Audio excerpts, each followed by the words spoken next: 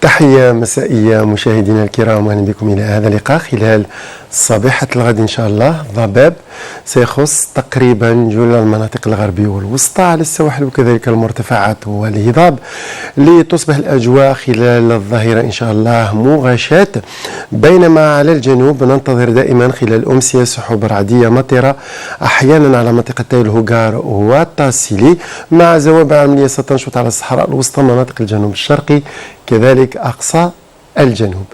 خلال هذه الليلة وخاصة صبيحة الغد ننتظر 12 درجة على الجلفة، مقاييس ما بين 17 لغاية 18 درجة على السواحل، 18 درجة على كل من غرداية كذلك بشار إليزي وتامنرست، 27 درجة على أقصى الجنوب.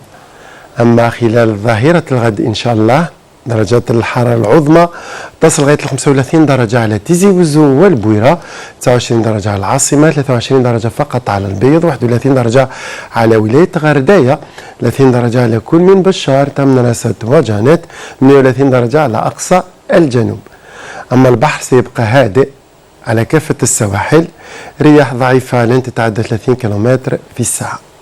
والبقية تقول إن شاء الله بداية من يوم الجمعة إن شاء الله ننتظر نفس الوضعية الجوية بعد تلاشي الضباب على الواجهة الغربية، أجواء مستقرة على الشمال على السواحل وكذلك المرتفعات والهضاب، زوابع عملية ستنشط على الصحراء الوسطى وكذلك أقصى الجنوب، مع أجواء رعدية على كل هذه المناطق. ننتظر درجات الحرارة في ارتفاع على المرتفعات الداخلية.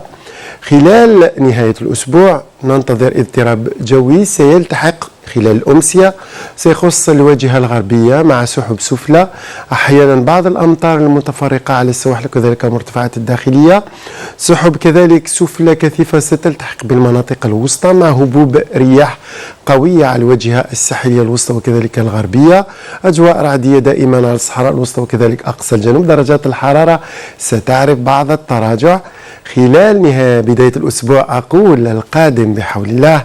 ننتظر أمطار على الواجهة الغربية، كذلك بعض الأمطار المتفرقة على المناطق الوسطى خلال الأمسية، لكن ستزداد غزارة خاصة على الهضاب العليا الغربية، أجواء مستقرة على الواجهة الشرقية كذلك على شمال الصحراء ومناطق الجنوب الغربي ومناطق الجنوب الشرقي، دائما رعود منعزلة أواخر النهار على الصحراء الوسطى وكذلك أقصى الجنوب. غروب الشمس اليوم الغد سيكون بحول الله في تمام 6:16.